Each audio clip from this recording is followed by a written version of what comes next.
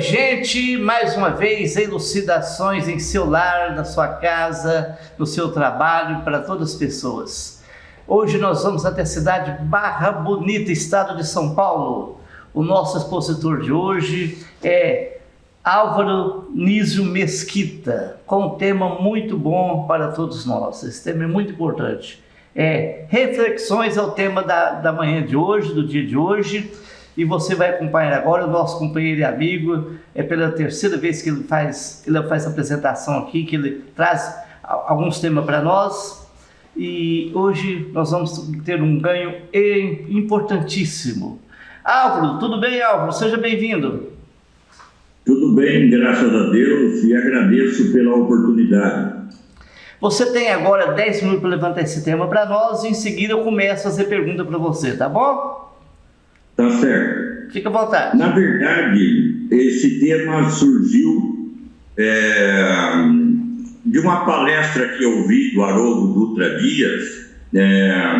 Me veio algumas ideias que eu queria colocar em prática, e ideias que eu tenho feito uma pesquisa dos centros nos quais eu faço as minhas apresentações, e que é um pouco assim, difícil de entender, mas acontece bastante no meio espírita. Nós espíritas sabemos que o espiritismo é o cristianismo redivivo, né?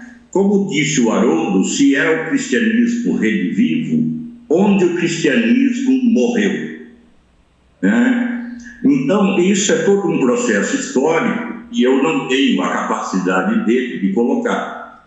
Mas eu queria colocar o seguinte: o cristianismo nasceu em nós, ou chegou a nascer no nosso coração, na nossa mente. O espiritismo real chegou a nascer em nossos corações, em nossas mentes, porque uma coisa é muito importante. Seguir Jesus é um jeito de ser, é querer ser assim, é muito mais do que uma crença ou uma religião, certo? Então, nós temos na questão 625 do Livro dos Espíritos, quem Deus haveria deixado para nós como guia e modelo. E a resposta é a mais curta do Livro dos Espíritos: Jesus.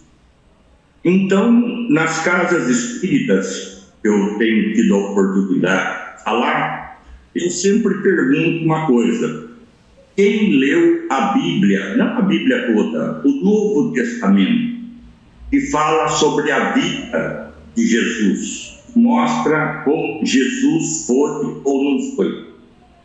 E, infelizmente, nas casas espíritas que eu tenho ido, no máximo 1 ou 2 levantam a mão quando eu pergunto se já leram os 4 evangelhos.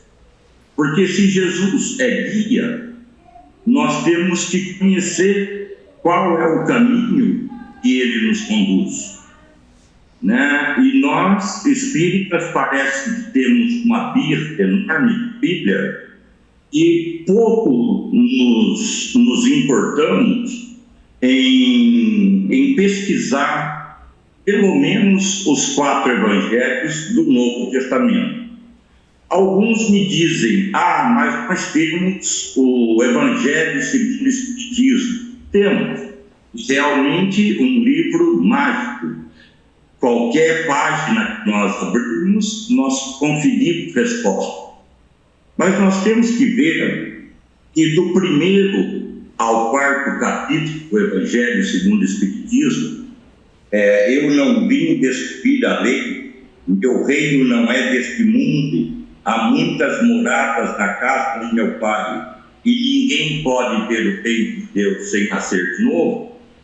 Na época, Jesus só citou superficialmente, porque a ciência da época não conseguia trabalhar esses tipos de explicações. Bom, Pronto. Na realidade, Álvaro, esse Jesus que você falou, até hoje não está sendo compreendido pelas pessoas, né? Jesus falou há 2000 anos e até hoje as pessoas têm dificuldade de compreender. O que pessoas precisam? Porque uma coisa é ler também, né? Uma coisa é ler, gravar, mas não consegue executar, porque não consegue colocar Jesus dentro do coração, né? Nós colocamos o livro debaixo do braço, mas não conseguimos ainda executar o que ele falou. O que nós temos que fazer, Álvaro? Bom, na minha opinião, como eu disse antes, que seguir Jesus é um jeito de ser, nós precisamos treinar, né? Normalmente, nós vivemos de escolhas e consequências. Na hora das escolhas, é bom ter essas escolhas baseadas no amor que Jesus representava, porque depois as consequências seriam muito boas. Mas, infelizmente, pelo próprio estágio evolutivo da Terra, nós fazemos muitas escolhas baseadas no orgulho, baseadas no egoísmo, e as consequências, infelizmente, são danosas, né? O único jeito de vivenciar Jesus como guia e modelo, conforme a questão 625, é conhecer Jesus, é conhecer os caminhos, ver como ele radiava aquele amor, é fazer com que a nossa humildade e o nosso amor, já tão internalizados em nós, diminuam muito o nosso orgulho e o nosso egoísmo, que também estão enraizados em nós. E o orgulho e o egoísmo são, na minha opinião, as duas ervas daninhas da humanidade, né? É isso que causa guerras, brigas, separações, inclusive dentro dos centros espíritas, né? Onde, de repente, um dirigente quer competir com outro, um quer determinar cargo, o outro quer outro, e o amor que nós pregamos dentro do centro espírita vai se esvaindo, vai ficando de lado, né? Então fica um pouco complicado isso, né? E outra coisa que eu acho importante para nós espíritas, além de não termos lido os evangelhos e conhecer os caminhos de Jesus, como eu disse, o Evangelho segundo o Espiritismo ajuda muito. Outra pergunta que eu sempre faço é quem leu as 5 obras básicas do Espiritismo? Quem pelo menos leu ou estudou alguma coisa, porque ler só não basta, precisa estudar para colocar em prática. Mas, infelizmente, eu vejo que só levanta a mão 1 ou 2 em cada que pode estar fazendo uma explanação. Quer dizer, não é um puxão de orelha, não queria que levassem desse lado, mas nós nos intitulamos cristãos espíritas e espíritas cristãos, mas só de ouvir falar. Nós não conhecemos profundamente nem Jesus e nem o Espiritismo. Veja bem, a gente está vendo aí uma guerra entre 2 países. Nós estamos já com 2023, tantos estudos, tantas colocações de pessoas, tantos missionários que vieram à Terra, e até hoje o homem está endurecido. Não consigo entender uma pessoa jogar bomba no outro país e deitar e dormir. Como é que fica essa situação desses indivíduos? Onde está a evolução espiritual dessas pessoas que não têm sensibilidade de entender que está tirando a vida do seu semelhante, que está prejudicando uma nação? Isso é loucura, isso é loucura, porque... Loucura pura. Mas nós temos que entender, Mauro, que ainda estamos num planeta de provas e expiações onde o mal predomina. Mas o mal não predomina só pela ação das pessoas más. O mal predomina também pela falta de ação das pessoas boas. Que uma pessoa boa diz: eu não quero entrar em política porque em política só tem corrupto. É generalizar uma coisa que não é verdade. Tem muito corrupto em política, não tem dúvida, mas tem muita gente boa também. Se os bons entrassem, poderíamos ter governos melhores. Não só no Brasil, em outros países também. E, por consequência, essas guerras iriam diminuir espantosamente. Né? O problema é esse: se nós nos achamos bons, qual é o nosso papel na sociedade? Porque não adianta esperar de um governante, nem o Brasil, esperar dos governantes que o Brasil melhore.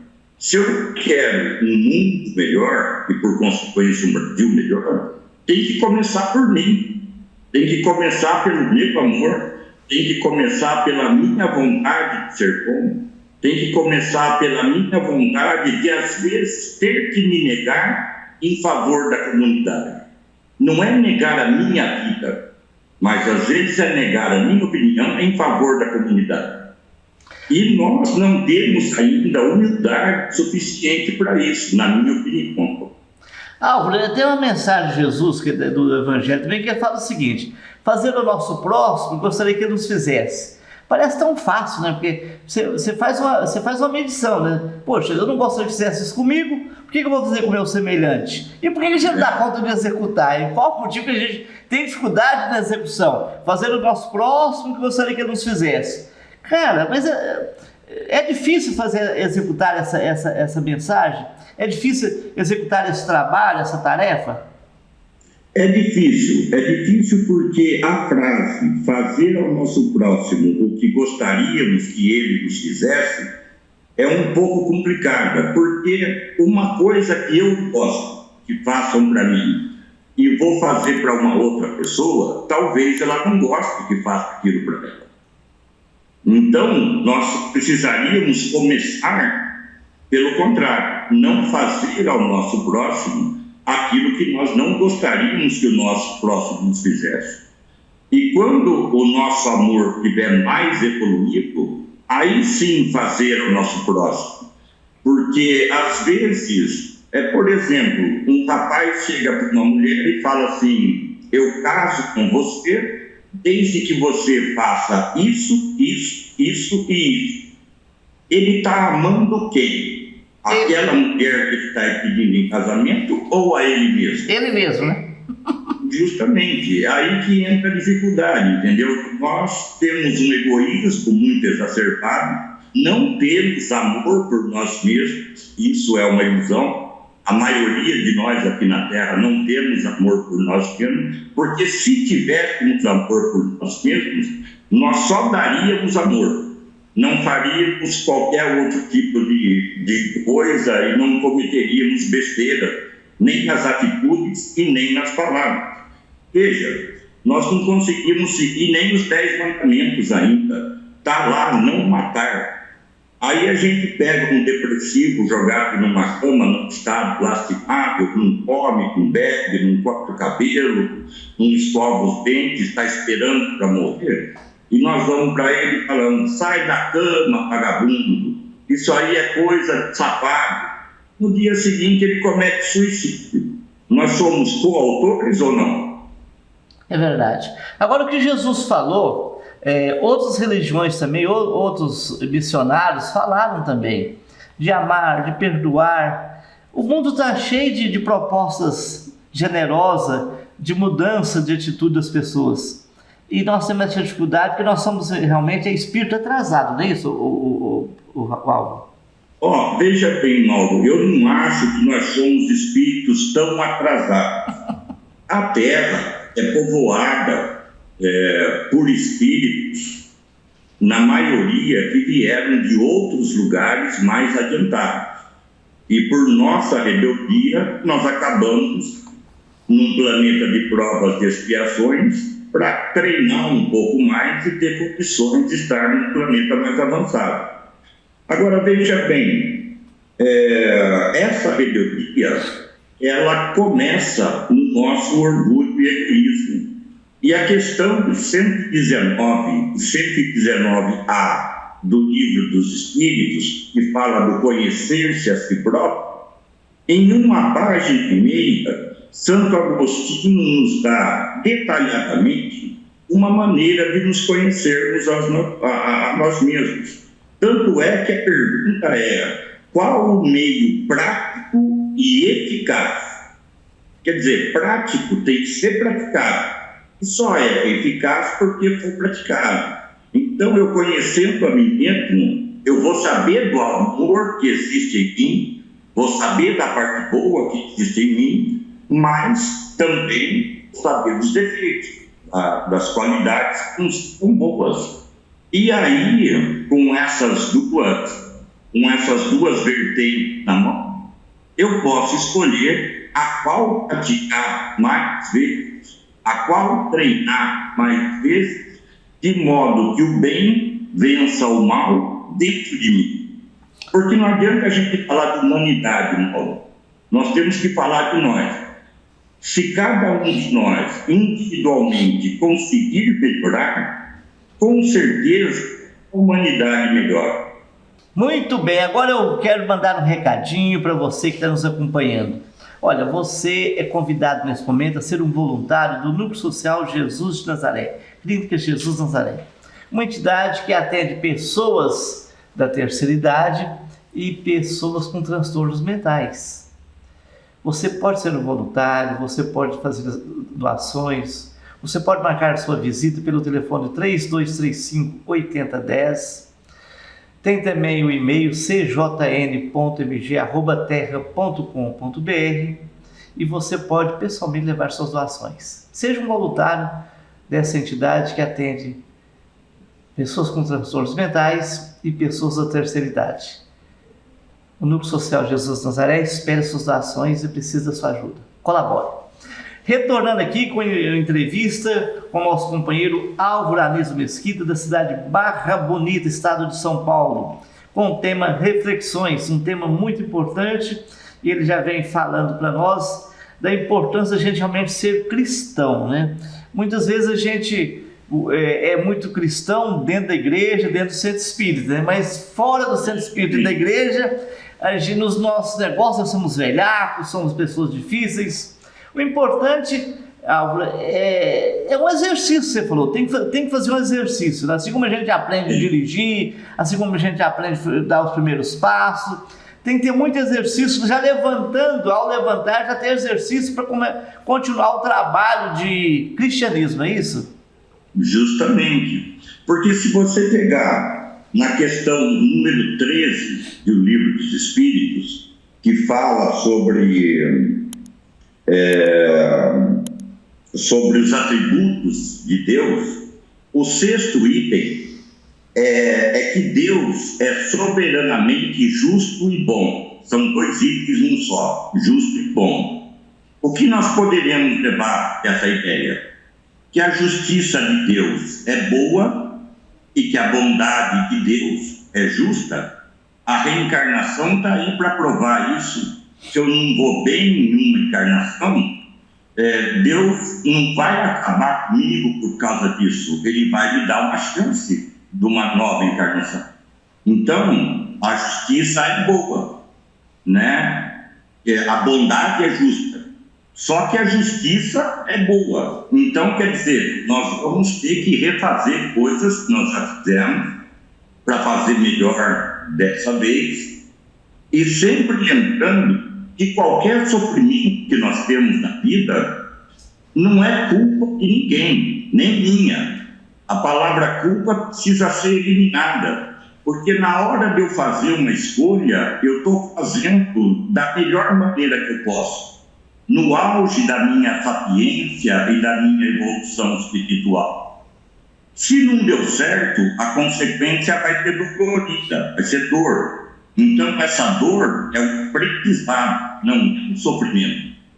Com esse aprendizado, eu posso fazer novas escolhas mais bem feitas, mais dentro da bondade e da justiça divina, e aí sim, ter uma consequência melhor, mais agradável, mais alegre, e talvez até verá a felicidade, né? O Álvaro, voltando ali na guerra, que a gente fica preocupado, se as pessoas estão sendo atacadas, é o caso da Ucrânia está sendo invadida, se as pessoas ali também compreendessem, não seria mais fácil falar assim, ó, vamos entregar a você, o que você deseja? O que você deseja? É terra? Fica com terra. Por que esse endurecimento também? Porque nós não vamos ficar com terra coisíssima nenhuma, a gente está aqui de passagem, tem um sujeito lá endurecido e tem outro também que está endurecido. Se eu falar assim, olha, o problema é sua terra, fica com essa terra para você, leva para sua casa, vamos ver se você consegue ficar com essa terra a vida toda, porque parece que fica aquela teimosia, né? E isso aí, não aparece um líder para abraçar aquele pessoal e fazer caminhar em direção à própria Rússia, de braços dados, assim, ó, estamos te devolvendo a terra que você quer, fica com isso aí. Alguma coisa tem que ser feita, mas cadê o cristianismo? Cadê esses missionários que vieram aí e não entram dentro das pessoas? Mas nós temos que ver que o cristianismo é uma doutrina ocidental, não oriental, né? Então, são costumes diferentes. Por exemplo, no mundo árabe pode-se ter várias esposas. Para nós aqui, não. Isso já seria um problema sério, né? Mas veja, eu vou citar o meu exemplo para não citar de ninguém. Eu não sou uma pessoa de muitas posses, mas o pouco que eu tenho, como eu estou com 62 anos, o pouco que eu tenho já está no nome dos meus filhos, já está para todo mundo. Eu, na verdade, não tenho mais nada, porque eu sei que o dia que eu me for dessa terra, eu não vou fazer nem ideia de que roupa vão me colocar para me botar no caixão. Não, nem isso eu vou escolher. Quanto mais levar carro, casa, terra, riqueza, poder, tudo isso vai ficar aqui. É que, infelizmente, essas pessoas ainda não entendem essa ideia de que a vida continua. Então, eles querem ter agora, tá? Porque não acreditam que possam ter alegria, felicidade depois. E eles acham que as posses, que o poder e tudo isso traz felicidade, o que é um engano terrível, só traz preocupação e encrenca, mas nada. É lamentável, né, que o cristianismo não consegue entrar dentro de nós. São palavras bonitas de Jesus, todo mundo admira, Jesus é maravilhoso, tudo é bonito, mas a gente não, na hora da execução, a gente deixa a desejar. Mas aí, Mauro, vem um negócio também do Haroldo Dutra Pires, em que Jesus nós acreditamos, naquele pregado na cruz, de cabeça caída, todo ensanguentado, ou naquele que reviveu no domingo? Porque aí faz uma diferença muito grande. Se eu acreditar no Jesus morto, eu não tenho que lutar pelo bem. Mas se eu acreditar no Jesus que reviveu, no Jesus vivo, que é o governador da terra, aí sim eu tenho que acreditar e lutar pelo bem. Porque veja, o que é o espiritismo para nós? É o nosso caminho, é o caminho que nós escolhemos. Mas o objetivo é Jesus. Tem muita gente que se fecha na religião e acha que a religião é a coisa mais importante, é um erro desgraçado. Na verdade, a religião é importante para nos dar um rumo para atingir a finalidade que é o amor que Jesus representa. Muito bem. Gente, quero mandar um recado agora para papai e mamãe que está em casa. Se você tem criança, adolescente, Procure uma casa espírita mais próxima do seu bairro e leve seus filhos para aulas de evangelização. A evangelização é uma vacina contra o mal. Quem ama, educa. Quem ama, evangeliza. É melhor levar seu filho hoje a uma religião do que você ter que buscá-lo amanhã na prisão. Leve seus filhos para aulas de evangelização espírita, que não se cobra nada, é de graça. E você e papai e mamãe ainda pode ficar ali numa reunião de pais, aguardando o término das aulas das crianças. Procure uma casa espírita hoje, pega aí o seu celular e faça uma localização e leva as criançadas, a moçada, para as aulas de evangelização. Álvaro, foi muito bom falar com você, viu? Eu que agradeço a oportunidade e fico muito feliz de poder participar. Tá bom, em outras oportunidades a gente vai te convidar novamente com outro tema. Que Jesus te ilumine, te proteja, você e toda a sua família. Obrigado e a vocês todos aí também. Fique com Deus. Gente, obrigado. Tem mais, né, na próxima semana, se Deus quiser, Ele quer, nós retornaremos com outro tema. Lembre-se, ajudar as pessoas da terceira idade e o doente mental não é loucura. Colabore com o Núcleo Social Jesus Nazaré. Faça as doações pelos telefones 3235-8010, 3235-3129. Gente, fique com Deus e até a próxima semana.